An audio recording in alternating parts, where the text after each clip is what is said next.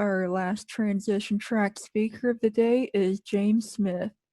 James had an interest in computers since he was a young child. He began experimenting with information security in high school.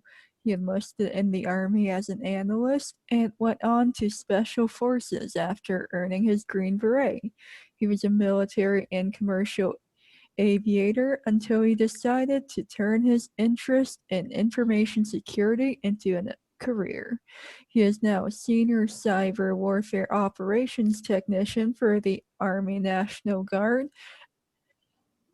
He is a senior leader of a cyber protection team. In his civilian life, he's a senior cybersecurity engineer and moonlights as a digital forensicator, adjunct professor, and mentor. Perhaps the best for last, presenting the path to becoming more than a vet, is James Smith. Oh, thank you. Appreciate that. Good afternoon, everyone. The after lunch crowd. Oh boy. So hopefully I can keep it lively enough to keep you interested. It's going to be fast and furious, but I will find a way to get the slides out to you, whether that's through the website or through the Slack channel. Yeah, I'll get it out to you. And I think they're going to put this on YouTube also. So don't sweat it. Don't feel like you have to take notes at 1,000,000 miles an hour and try to keep up. But essentially, what I want to do is give a brain dump of this talk giving almost weekly on the phone to students, to colleagues out in the field, soldiers, all sorts of folks. So more than happy to do it. I love doing it. Nothing makes me happier than to think that one or two folks out there end up in an amazing career field from something as simple as just giving a little bit of guidance and then finding their path and then joining us in the industry as colleagues. All right, so go ahead and share this presentation. All right, so is it showing up for everybody? I think so. It says it's sharing. All right, so this is the agenda. This is what we're going to cover. It's essentially a two-part talk. I'm going to give a bit of the plan on transitioning and some tips, some things that I've frankly seen happen or folks do, kind of these little crimes they commit along the way. Some are misdemeanors, some are more serious in terms of hurting themselves in their transition from the military into the civilian world. I have a great opportunity to see a lot of these things, both positive and negative, as an adjunct. I teach at a place called Certs. It's an amazing place. They don't teach for certs. They basically teach the core skills that it takes to get into the industry and survive that first tier 1 job or internship. And so through that program, I've seen plenty of folks transitioning and starting off, right? We get plenty of young students that come through and don't have military experience, right? I've also, as a senior warrant officer on a cyber team, I've seen a number of folks come from active duty over to the Guard, which brings its own bag of issues at times in that transition, right? But I also witness them and help guide them in finding the civilian job that they want. So I like to think that I've been very fortunate to witness both the good and the bad, and I want to share a lot of that with you. Along the way, we'll hit some things like resume tips, how to bypass HR essentially, right? Because it is a trap. Leveling up those tech skills, all right? And some of the things to look out for along the way. All right, who am I and why am I talking to you? All right, well, one, VetSec, great group of folks. They selected me to be a speaker. I feel very humbled and fortunate about that. Thank you, by the way. But an amazing resource. That Slack channel is great. If you're not in there, you need to get in there. It can get lively at times. It's great. The folks over there are awesome, and I just wish I had more time to spend over there, but always great conversations and resources going on. So basically going back into high school, right, in the 90s, I first witnessed information security happening. I didn't really know that that's what it was, but one of my friends said, hey, check this out. And we were playing Quake. And he brought up a command console and started bumping people offline, right? So the number one player, he would bump them offline with this program called WinNuke, right? And then sometime later, another friend of mine, I won't mention names here, but another friend of mine who's now over at Microsoft, all right, We're still buddies, still pretty tight. But he showed me something called back orifice. All right. And I was just amazed that we had this ability to go in and open people's CD-ROM drawers and do all this stuff. Right. And it got me interested. I never dreamed that it would be a career or could be a career. And so I joined the Army to become a Green Beret. Spent some time doing electronic warfare analysis, right? So it was a 98J. Those don't even exist anymore. They do in a different form. From there, went to selection, spent about, I successfully made it through that, made it through the Q course. And then I spent about 6 years in the special operations community. I was 18 Echo on an ODA for most of that time. And the rest of the time was some training and some other stuff. But I got to live in that world, and I was very fortunate to work with some of the best folks. I like to say I wasn't necessarily the best, but I got to work with them, and it was pretty awesome. From there, I went to aviation, spent some time flying helicopters and airplanes and all this cool stuff. And I have a point to where I'm going with all this, right? But that whole span of time, I kept one foot in the door. I always had like a little home lab or kept on reading books and things like that on information security and exploitation, all these things. So I always had an interest. And then finally I hit this point and I said, maybe it's time to see if I can make this a career. And so I did. The short story is I was getting ready to go overseas for a rotation. And I walked into this office and of folks that I was told they were getting ready to start a cyber team. And I said, hey, how do I get on that? Right. And they told me, simple. In 6 months, you need to earn a CEH, a Sec Plus, and a CISP, and then we'll consider you. And I said, okay, no problem. I had no idea what I just signed up for. So I got a stack of books like this, right? And I went overseas and I read those books cover to cover, did a ton of labs, went and got those certs, and I came back. And frankly, to this day, I think they were a bit surprised when I walked in and said, hey, I got those certs and I'm back. Now what? I was very fortunate from there to get selected onto the team and ended up going to the Army Cyber Warfare School for warrant officers. Great school. And that's really where I got my foot in the door. Now, the whole time I was in Special Forces, I was doing what we thought was information security. Quite frankly, we were probably doing a pretty poor job of it. We thought we were doing great, but this is like, the 2000s and things were interesting, right? But I have experience working with networks and doing help desk and doing all these things through those different jobs. And so that definitely helped, but the real springboard came from really diving into those certs. And we'll get into that. And that's not to say certs are necessarily your springboard, but they help. And we'll definitely cover that. So that's a bit of a background on me and how I came to where I'm at. Okay.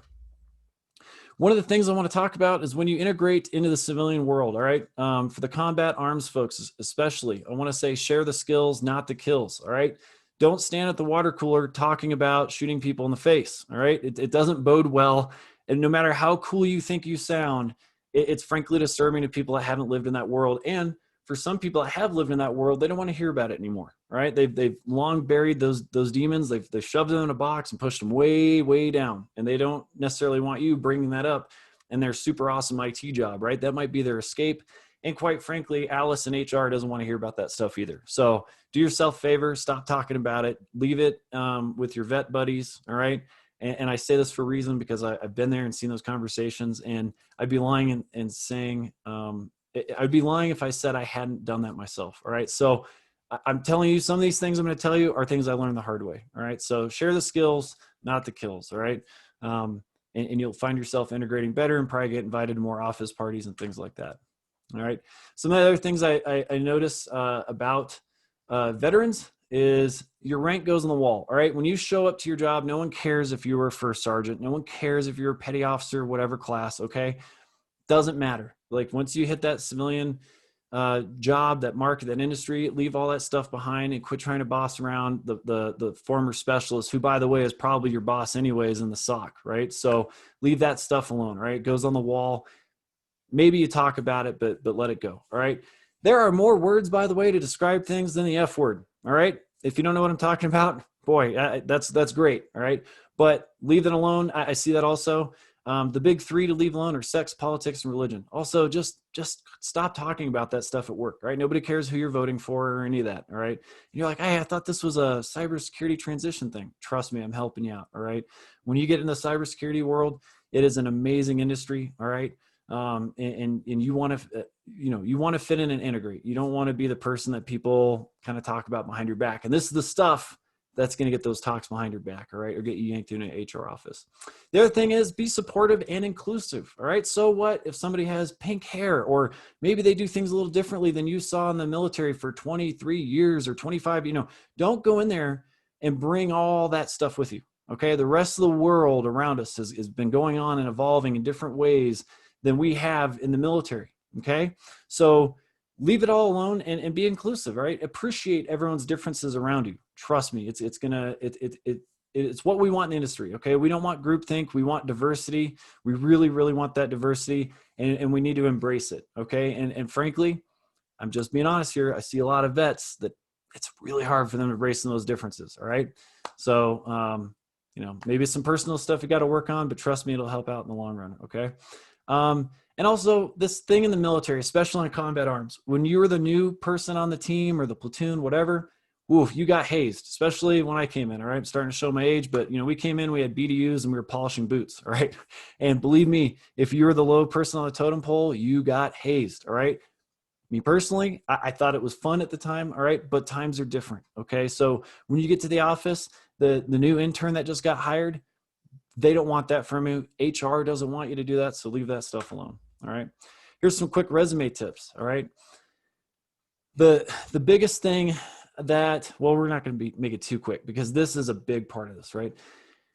I see this a lot where people come in and they have a great resume, but they overdo it. And you're like, what are you talking about, all right?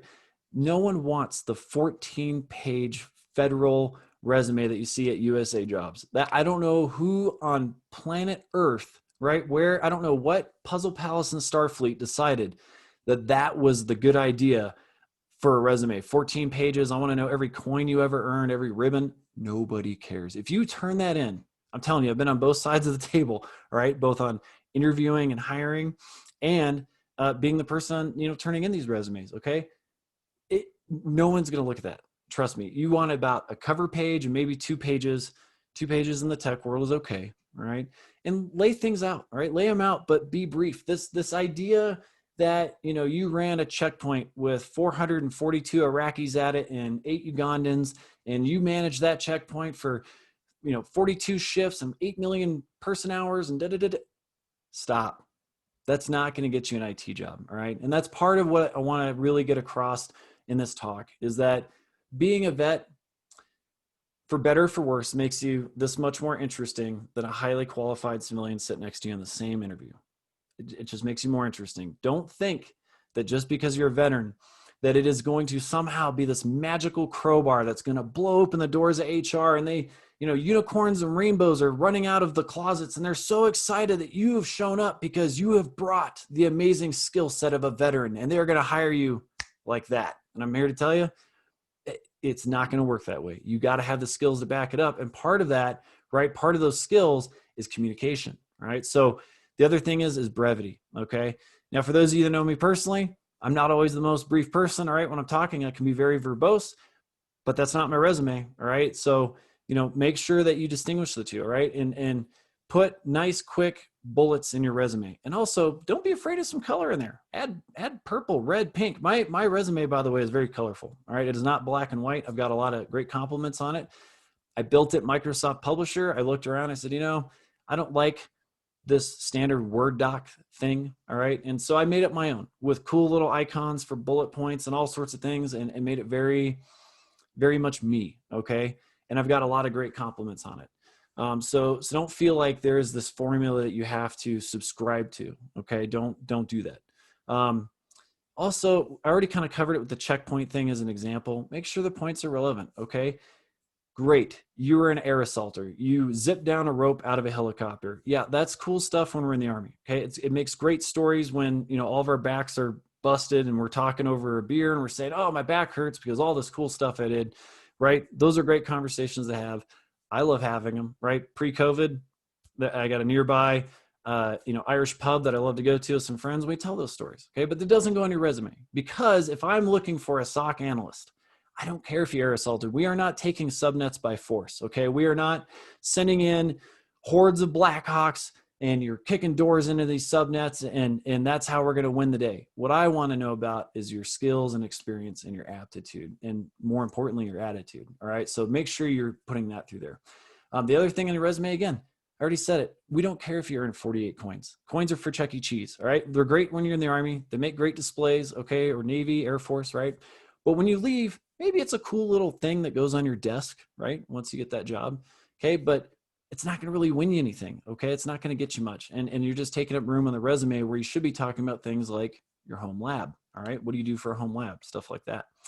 I already said, that being a veteran just makes it a little bit more interesting. Okay. And the reason I'm saying all these things is I see these resumes that come through, and they're so, they read like a Bronze Star write-up. All right. They read like these war story write-ups that folks get, and they frankly are vaporware a lot of times. All right. We all know somebody that's got it. Maybe you got that award, or you saw somebody else get it, and it's just filled with amazing stories of battle and all these things. And you're like, I was there and I didn't really see that. If your resume reads that way, people are going to detect that pretty quick. All right.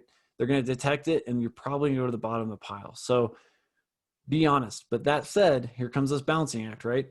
You have to sell yourself. You have to sell yourself. Resume time is not modesty time. It's not lying time either, but it's not modesty time. And one of the other things is when you get, and we'll talk about this here in a few slides. In fact, the next slide is the HR trap, right? When you get to HR, they are the gatekeepers, all right? They are the gatekeepers, 100%, right? You have to bypass the gate. You have to get through there, all right? And what I like to tell folks is your resume with all the pretty certs and everything on it is a Trojan horse. You are just trying to get by HR and get in front of that technical lead interview. And that's the boss battle, right? That's where you hopefully have been leveling up, getting those tech skills, your shot group really tight, right? Those tech skills are leveled up, and you're ready to go. You're able to get on keyboard and Linux and Windows. You understand networking, all right? And we're going to talk about that plan, how we level up here pretty soon. And we're going to spend some time there. But that's the whole aim of this game, right? That's the plan, is that right now you start building up the technical skills for the boss battle, right? It's like most of us are gaming nerds, and whether it's Zelda or Fallout or whatever, before you get to those big bosses, you got to spend some time leveling up, right? I'm also a D&D nerd. So we could talk about that too offline. But the idea is that at the end of the campaign, right, there's always some big fight. Okay. HR is just the gatekeeper along the way. You have a huge fight ahead of you, and that's the technical interview. If you really want to get into InfoSec and really get into the cool jobs that so many people have been talking about here, you got to be ready. Okay. Now, degrees. All right. Degrees. Whew. Degrees. Some of the worst hackers I've seen have degrees. All right. PhDs even, and they're terrible on keyboard. I don't know what it is. All right. That's not against a hit against the degree. I think it's a hit against the person, because I think a lot of people get these degrees and they say to themselves, well, I got a degree, I'm ready. And nope. You have essentially a equivalency in experience. If you look at a lot of the fine print in job postings, it says something along the lines of 4 years experience or a degree. So that degree is basically helping you bypass, right? It's part of your Trojan horse buildup to get through HR. Okay. And it's up to you to have the skills to back that up. Okay.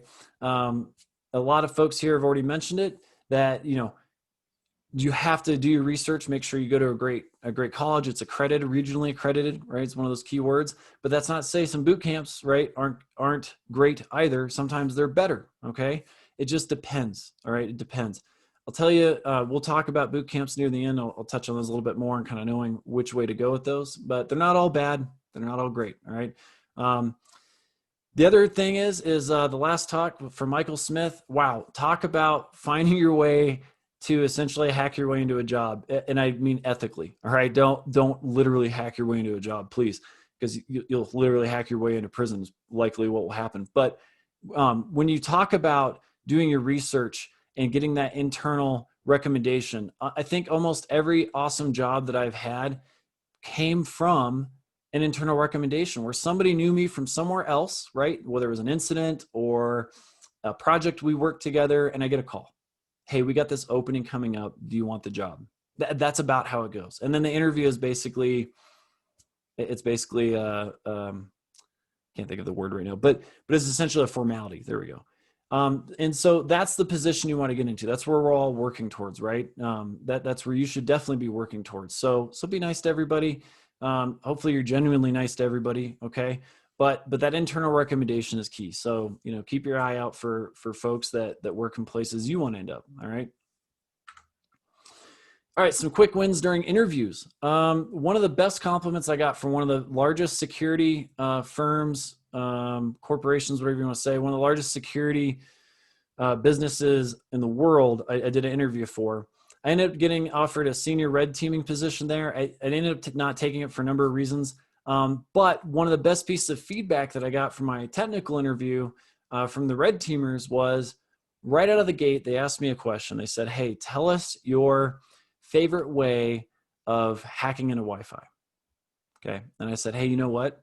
That's pretty funny. The first question is my spider, right? That's something I'm trying to squish. I'm not the best at it. I kind of have this general idea. I mess around in the lab, but it's not my strength. I really don't know. And I heard a bunch of keys clacking, right? This particular business, right? When they interview, they're taking constant notes. Okay. And at the interview, they said, that was really refreshing. Thank you for saying, I don't know, because so often we hear people put on their tap dancing shoes and they start trying to make some stuff up, right? A good friend of mine, Adam Johnston, we have a lot of these talks, right? And we talk about these things. And he told me that one time he was doing an interview and literally heard the interviewee typing the keys probably into Google to try to get answers to questions, and it didn't bode well for them, right?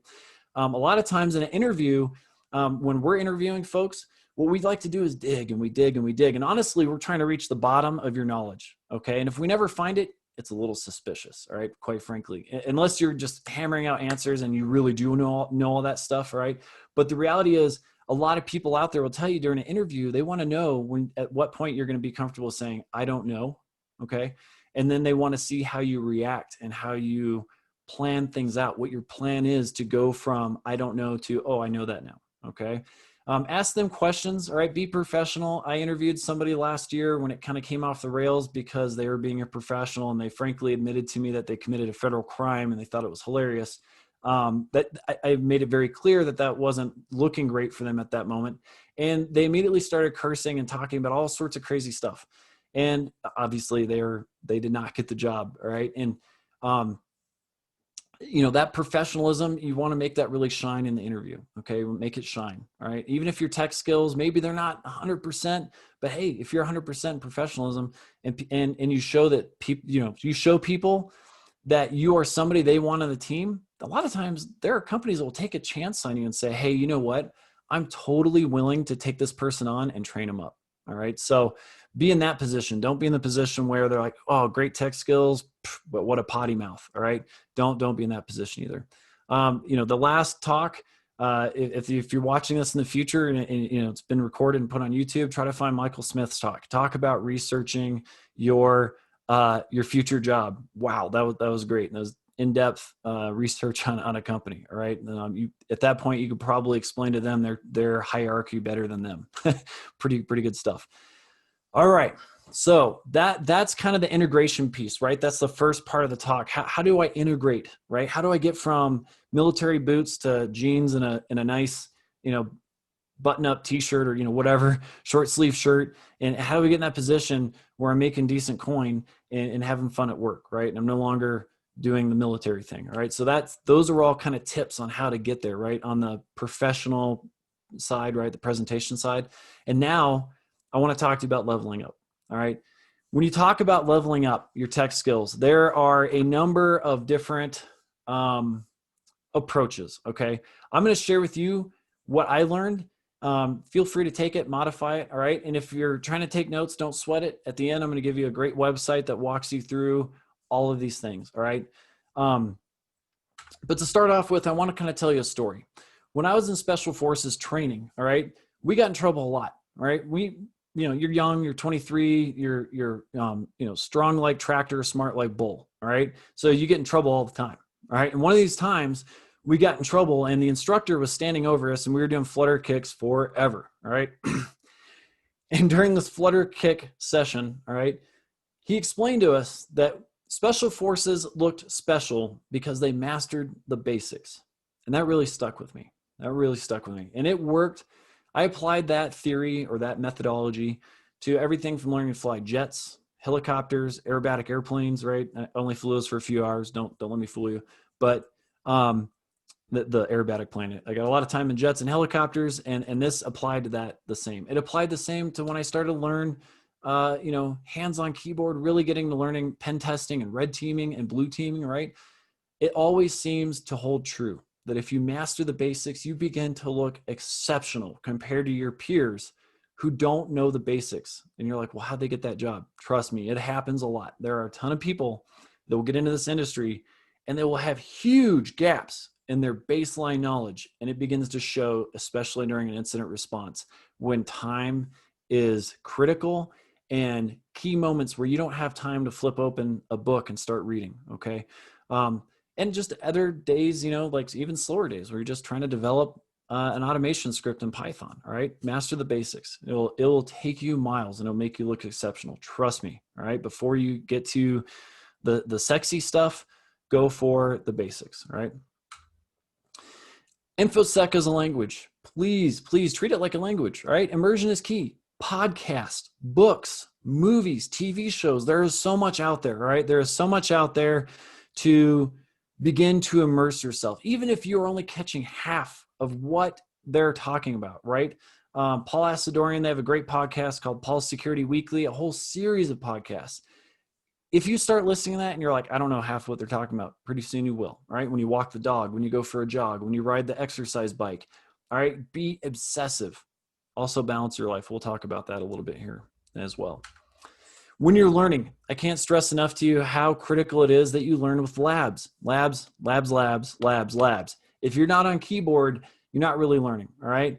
Ben Franklin had it right. Science has proven that he had it right when it came to learning, all right? If you really want to learn something, do it, all right? Talking about it, great. I hear and meet a ton of people that they talk, but you see them on keyboard and they don't know how to do it, okay? And a big part of that, I think, is because they read the books, but they don't ever do it. I'm going to tell you right now, you can get CEH, for example. Nothing against that cert, but it is one of those certs that if you want to get it, you can just read a book cover to cover, all right? And never really touch a lab and still get that cert, okay? Other ones like OSCP, you're never going to get that unless you spend a lot of time on keyboard, okay? And for good reason. That's why it's such a respected cert, okay? So when you go out there and you say, I'm going to learn whatever, do labs, all right? Do labs. I'm part of my giving back to the industry and the community is, we'll talk about this near the end, is I have started putting out free labs, and I'll tell you where to find those and some of the things that you can find with those, find with that, all right, and things that you're going to learn. But I want to say that to the end, all right? And if you figured out what it is, I don't want to tell you because I don't want people to start looking at the website rather than the talk, right? I don't want to shoot myself in the foot. A general approach to learning is this, okay? Master the basics, right? And we're going to go over the 5 pillars here in a few moments. But master those pillars. Master those pillars first, okay? Now, that doesn't mean that you can't look at the sexy, cool, swoopy, high-speed stuff, okay, along the way, but make sure that you're hitting all 5 of these pillars, all right? And again, I'm going to go into that in a minute if you're not familiar with it, all right? Once you get the basics, obtain the baseline certifications. And I mean baseline like CISA Plus, SEC Plus, maybe Net Plus, all right? Side note, even if you don't want a certificate, like you don't really want the certificate, those books that go with the certificates are amazing bodies of knowledge and great reference material to have on hand.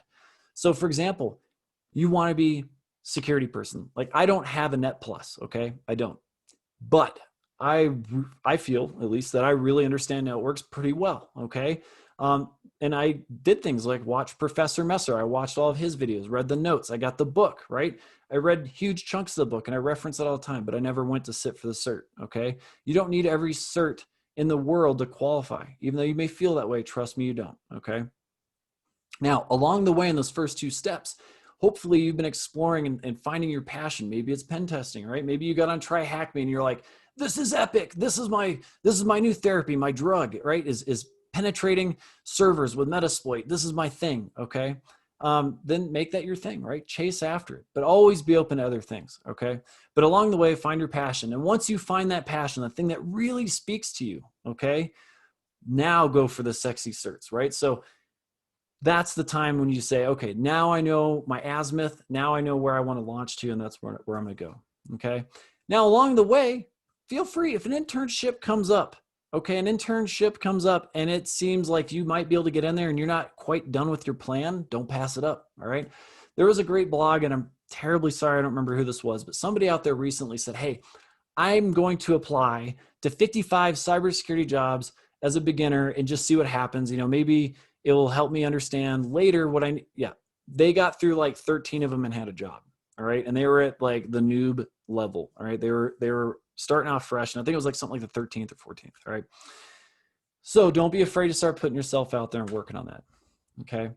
So the 5 pillars that I'm about to talk about, okay, is originally it's a SANS idea. I'm pretty sure that's where I heard it first, with some folks from SANS running a particular program and talked about this as a way to bring folks in. Okay. So I didn't make this up on my own. But I did, it captured my imagination enough that I started aligning resources against these 5 pillars and put it into a white paper for our cyber protection team in the National Guard. Got a little bit of traction. Some people really enjoyed it. And then I said, okay, you know what I'm going to do is I'm going to put this in my GitHub. I put it in my GitHub and it caught a fair amount of traction. I ended up on a podcast about it and met LO Punk. She's awesome, by the way. Super, super cool. That was a fun time recording the podcast. And that is a great person to know in the industry, by the way. She's awesome. Fantastic. So if you don't have her on your Twitter feed, which by the way, Hacker Twitter is one of the best neighborhoods in the internet. All right. Great place to hang out. Lots of resources, lots of friendly folks. Okay. Minimal drama. That happens, but hey, that happens everywhere. But the folks over there overall pretty great. All right. And one of those is LO Punk. All right. She's awesome. And then I'm going to share with you a website that I kind of, it's now up and running, and it's devoted to these 5 pillars. All right. Those 5 pillars are essentially, or it's not essentially, it is this. Okay. It's general computing, computer networks, language and programming, Linux, and Windows. All right. If you master the primitives of each of these pillars, and I just mean the primitives, like you don't have to be a subject matter expert at every single one of these things. I promise you don't. All right.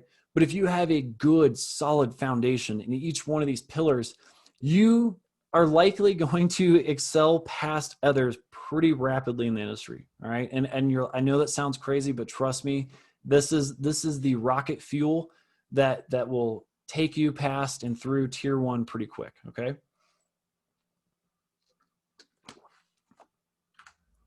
Let's talk about general computing. Some of the ideas here in this pillar seem to be overly basic, but they're really not, right? This is the stuff that really supports some of the rest of the learning, right? All these pillars are kind of, they're all working in tandem. None of them outrank the other, okay? And so this holds true for every pillar, that if you're weak on one, it's going to pull down on your ability to operate in those other pillars. You really want to level them up, all right, kind of evenly if you can. Don't neglect any of them, all right? But if you get passionate about one for a little bit, run after that passion. Nothing helps learning better than passion. So don't be scared if you're like, oh my gosh, I've been really spending a lot of time on networks for the past 3 months. Great. That's gravy. Maybe your destiny is a network engineer, okay? So, check it out. Check out each one, all right? And give it some time. All right, so with the general computer science really is what we're talking about, is understand these things that you see up on the slide, okay? Every one of these, I could tie into a bunch of examples, whether it's malware or exploit development or any number of things in information security, all right? For example, memory, all right? Memory forensics, that's one of my things that's therapeutic to me, is to turn on some great robot music and put on some volatility with a malware-ridden memory sample, okay? I enjoy that. I really enjoy it, just sitting here trying to find the adversary in the memory, okay? That said, to do those things, one, you have to have all 5 of the pillars, but you also really have to understand what memory does in a computer. For example, did you know that not everything in memory is plain text, all right? It's not encrypted, but if it's running in memory, it's plain text. CPUs don't dig on encrypted instruction sets, okay? So that's one of those choke points in the computer as a forensicator that we can really nab malware. We can really get our claws into it and really figure out what it's up to, okay? If you're lucky enough to get a sample at the right time, all right? But the point is, if you look up here, These are just some general ideas, all right? And the website that I'm going to direct you to later is going to, for each one of these pillars, by the way, cover a nice bullet point list of things that you should be able to explain, all right? Whether if you live alone and you have a cat, start briefing your cat on these things, right? Teach your cat about, memory or whatever, right? Computer networking, all right? This is a big one, all right? This is a big one. Understand layers 2 and 3, right? That's something that you really want to understand. 2 and 3, if you're like, what are those layers? Well, great. That's a good point of learning, all right? Go learn the OSI model. But if you don't know what that is yet, it's fine. This is all great, right? If you do know what those are, that's also great. Understand that a lot of times to be functional in cyber, right, or in information security, you need to understand IP addresses and subnets and things like these. You would be amazed if you saw the number of people that have gotten into the industry, all right, for better or for worse, who don't really understand computer networks, okay? And you'll see it sometimes because bad guys are smart, okay? They are smart. And sometimes they do things like find public IP addresses that are pretty darn close to a private IP address. And if you're not really careful, you might get turned around pretty quick and understand what you're looking at, okay? Just as a small example. But a lot of times in information security, we're looking for anomalies, okay? And to know what an anomaly is, you really have to know what the basic things are, right? If you don't know the baseline information, then you don't really know what an anomaly is. For example, right, a TCP handshake, all right? It's SYN-ACK, ACK, right? That's what we all spout off, right? That's like a stump the chump question. Hey, TCP handshake, TCP handshake, TCP, okay. It's great, you know that, but it's also better that you know that as an analyst. If you're looking at an alert and you see, SYN-ACK as the first packet that was received from a host, right? That's interesting. That's something to look at. But if you're not committing to memory that it should be a SYN, right? A SYN flag is the first thing that comes across the wire to initiate a TCP connection, right? According to the standards, then you don't really know that you're possibly looking at an anomaly, and it could be the difference between finding a breach and not. All right. Same thing with pen testing. On the pen testing side, certain exploits behave different ways depending on what layer they're going to transit, right? There are certain things, right? Nmap, for example, behaves very differently when two computers are in the same subnet versus when they're in different subnets and they have to, transition a router, for example. Okay. So these are the things that it all starts to play together. So computer networking, I mean, they're all very important. But this, for whatever reason, this is a pillar that I see neglected a lot. Unless people just get their network nerd on and they become Cisco everything, and then they fly down this route and they're making great money being network experts, right? Programming and scripting. My recommendation, my opinion is Python to start. I'm not saying this is the best language on the planet and it's the end all be all. I'm just saying it's a great start, okay? Automation in Python is great. It's cross-platform, all right? There is a lot of good stuff to do with Python. A lot of exploits are written on that. A lot of defensive packages are written on that, things that you want to be able to understand, okay? So have functional knowledge in it. PowerShell, okay? Wow, PowerShell is amazing. And you really should have that in your toolkit, all right? In my opinion, Python and PowerShell, if you got to put some time into learning programming and scripting, make it these two. Okay. And then as a stretch goal, C# is really starting to pick up steam out there for a whole number of reasons. All right. It's really starting to pick up steam. So it's one of those things that you frankly want to learn. Okay. But make it a stretch goal. Don't make it something that you feel like you have to learn overnight. All right. Make it a long-term goal. All right. Linux. All right. Whether you love Windows and hate Linux, or you love Linux and hate Windows, or iPhone or Android, right? You get in these camps and you want to have a flame war in Reddit or whatever forum, I don't care. But if you want to be functional in this industry, you need to have some love for both OSs, at least enough love to operate in them both, okay? So for example, a lot of analyst stations that people carry under their arm, all right? It could be a MacBook Pro, or it could be a super awesome Windows computer, right? And within that machine, they have virtual machines of various Linux distributions, all right? Most cybersecurity folks, we are running around between 2 to 3 operating systems a day in the SOC, okay?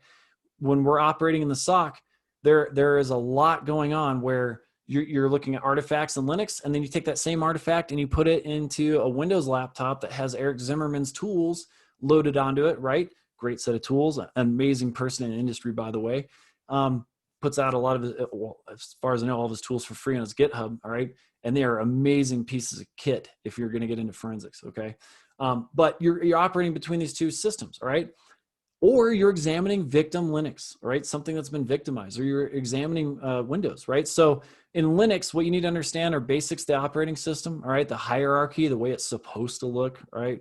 What persistence mechanisms could be there, things that start on boot, right? Where can bad guys hide things, okay? For example, be really good at the command line, okay? Be sharp on command line for both operating systems, all right? Understand basic bash, all right? Understand basic bash and basic scripting, all right? And as you can see, a lot of these pillars start to bleed together, right? There's a lot of overlap, and that's great. That's fine. They should, all right? For the Windows side of the house, all right? Again, I don't care if you hate Windows, but you better learn some PowerShell, all right? If you want to be really successful in the information security industry, you better learn some PowerShell, because either you're going to be using it to manage networks and collect artifacts, or you're going to be looking at bad guy PowerShell and trying to understand what exploit they just tried to fire in your network, okay? The registry, understand what the registry is, all right? We could get into it all, but we're going to run out of time, right? And that's not my point, is to hammer all these home. I'm just giving you a 5,000-foot view of my opinion on how to get into the industry, okay? The Sysinternals books, an amazing resource, absolutely amazing resource, okay? I think the latest one was supposed to get, the second half was supposed to get released on the 14th of September. Quite frankly, I haven't gone back and checked. Hopefully it has. I'm sure somebody will put it in the chat. But either way, know that, no Active Directory, no group policies, all right? And, find that stuff from Windows and really work on it, all right? And do labs, like an Active Directory lab. Set it up, work through it. All right, for 5 pillars and blue side, my website is D for Madness. That is also my Twitter handle, okay? And go there. I have each pillar broken down, and I give a list of resources for each one, along with what you should learn there, okay? Red side, for the red teaming side, all right, you can go to Try Hack Me, an amazing website, all right? SANS has tons of free stuff, and your GI Bill can pay for a lot of their really great courses, all right? Cyber Mentor, by the way, is an amazing resource for red teaming. All right, here's an example of what you'll see for the networks pillar, okay? So you can see I say, hey, these are all the things you have to learn. All right, these are the things that you should be able to talk about, right? These are the topics. And oh, by the way, here are the resources to go learn those. And 90% of them are free resources that you could start doing today, all right? Super, super awesome resources there. And really that's my point, is not to recreate the wheel on all those things, but to help get you to those resources, all right? Try to be somewhat of a little bit of a clearinghouse for free and cheap resources to get you there, okay? That first job, a good way to get there is, like we talked about, is networking. All right, you want to be able to go to local chapters and meetups, right? Meet people, shake their hands, be genuine. Please be genuine. People can sniff you out real quick if you're a slime ball and you're just trying to get your way in the door, and you're a grab and grinner and you hand out business cards and you're giving everyone your elevator pitch and you're kind of a dirtbag. Trust me, they pick up on that quick. All right. The other thing is, have a good little professional business card, right? You don't have to put your whole resume on there, but just have something neat and clean, all right? And hand it to folks that seems to work well. All right, LinkedIn the right way. Don't just hit like on articles and be like, hey, I'm on LinkedIn. I'm creating a presence for myself. Here I am saying like and reshare, right? And it's not Facebook. Please don't reshare silly things, all right? When you're on there, the way you gain traction is that you write about something. So let's say you see an article about a breach. Write about the breach. Write a small thing about what you thought about that. Like, oh, this is why the CIS top 20 controls should be executed in order. And, blah, blah, blah, blah, blah. And don't dunk on people, because that person that may be involved in that breach could potentially be someone interviewing you later for a job. And then they find on LinkedIn you were dunking on them, talking about how you just absolutely, think they're idiots and you would have done way better and all this other stuff. Don't do that either. All right. The public versus private sector debate. If you live in the Colorado Springs and Denver area, if you have a top secret clearance, you can fog a mirror, and you have a Sec Plus, you could probably find a job. All right. I personally don't look for those jobs. I'm not saying they're bad. Maybe one day I'll take another one. All right. But personally, I don't like to be in a skiff. All right. So when you start to look at cybersecurity jobs with clearances, if you want to live in a skiff and be in solitary confinement, that's great. They also pay really well. All right. But if you're looking for a change, all right, if you're looking for a change, they're out there in the the private sector, privately owned businesses. All right. The private sector, okay, typically pays more. I know this is probably grading some people the wrong way. Like, oh my gosh, what is he saying? I'm just telling you my experience and what I've seen. All right. Typically, big contractors that work DoD contracts and things like that, they're great, but they are not going to be able to compete with what you're going to get paid in the private sector. All right. But for you to compete in the private sector, you're going to have your A game. All right. You're going to be competing against some pretty rock solid people. All right.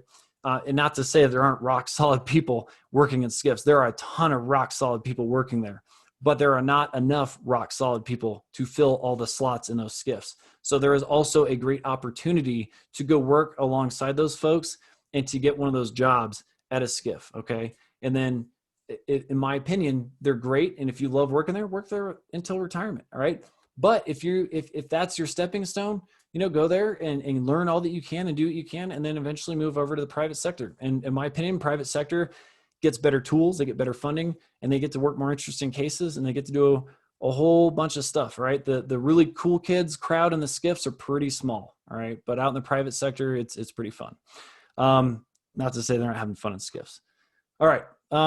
National Guard is a bridge. Reach out to me on LinkedIn if you want. There's a lot of good opportunities in the National Guard. Wow, lots of good opportunities. Okay, so if you're looking for a transition, come check out the Guard. All right, we've got a great cyber protection, a huge number of cyber protection teams, and a great number of folks, really good folks out there. Okay, and some great opportunities. Real quick, some pitfalls. Beware the expert. Okay, don't fall for someone that tells you how awesome they are at everything. Okay, and that they're the expert at everything, because they're probably not, and they're going to steer you down the wrong path. Cert farms. If it's like 2 or 3 weeks, avoid it like crazy. Okay. If it's like 24 weeks and they, like Secure Set, all right, full disclosure, I am an adjunct there, right? But they are like, they're pretty good. And they're saying, hey, we're not going to teach you certs. We're going to basically teach you the core skills that you need to survive out there. All right. Do your research, avoid unethical companies. All right. You don't want to get involved in a company that's going to go down in history as like the Enron of cyber. Okay. So be careful. Don't do unethical things that people ask you to. All right. Reach out to me. Again, D for Madness is my Twitter handle. That's my website. Also, a shout out to my teammate, Jax. She is awesome. That's her website there. Reach out to her as well. She is awesome. Absolute rock star. So, reach out to her, check out her blog. She's looking for folks that can help her write some technical stuff and really beef out some of her website. All right. Mental health. We're vets. Let's be honest. We got a lot of skeletons. All right. A lot of skeletons and a lot of demons running around upstairs. Okay. Even the best of us can get snagged and get into a really rough spot. All right. If that happens to you, call that number. The vet center, they are not the VA. Every city, every town has them. All right. Counselors there are awesome folks.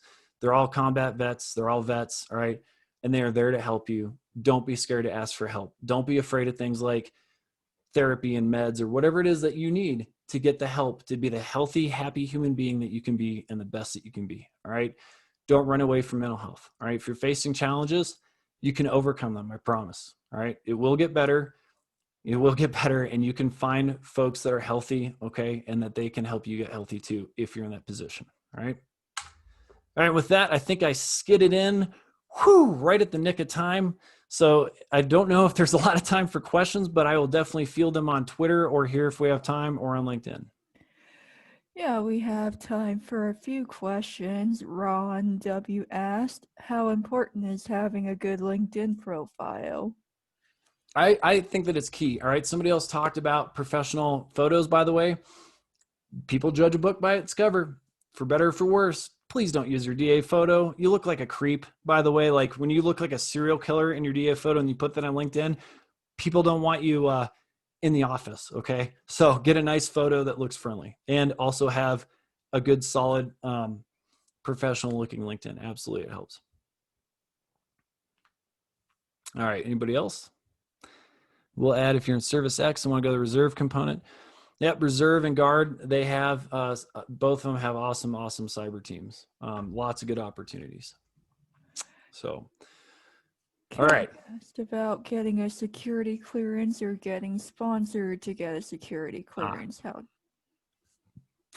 Yeah, so if you're going for a security clearance, there are companies that will pay for it.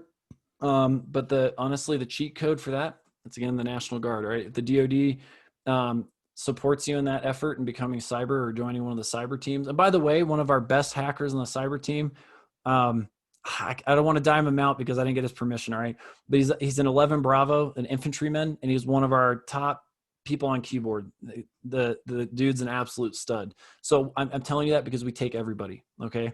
We take everybody from all different MOSs. We give everyone a fair shot. But part of that is you do need to be eligible for clearance. You need to talk to a recruiter about that. Reach out to me. I can talk to you. But yeah, we'll pay for clearances and help you get there. My Twitter handle is at DFIR Madness, DFIR Madness. All right. You can hit me up on there. Also, my website, again, please go to dfirmadness.com. A ton of great resources in the 5 pillars. We also released a full incident response case for you to work through along with walkthroughs. It includes disk images, memory images, auto runs, all right, and a PCAP, all from the same incident for you to work through. And we are a group of hackers from Colorado. A bunch of us on there are working, Ryan, Adam, Mario, myself. We all want to help you get into the industry, and we are all willing to share our skill sets with you. And that's kind of the point of that website, is to help everyone level up. So outside of the guard, the security clearance, too old to serve in the guard.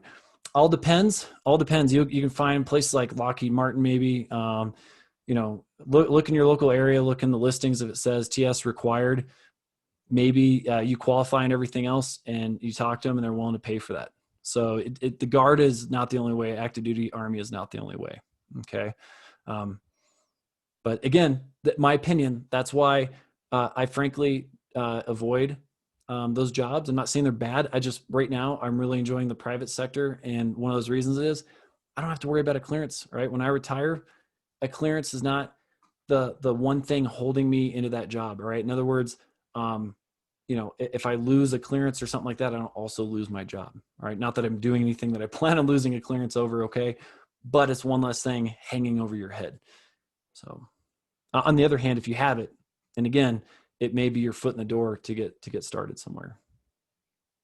All right. What else?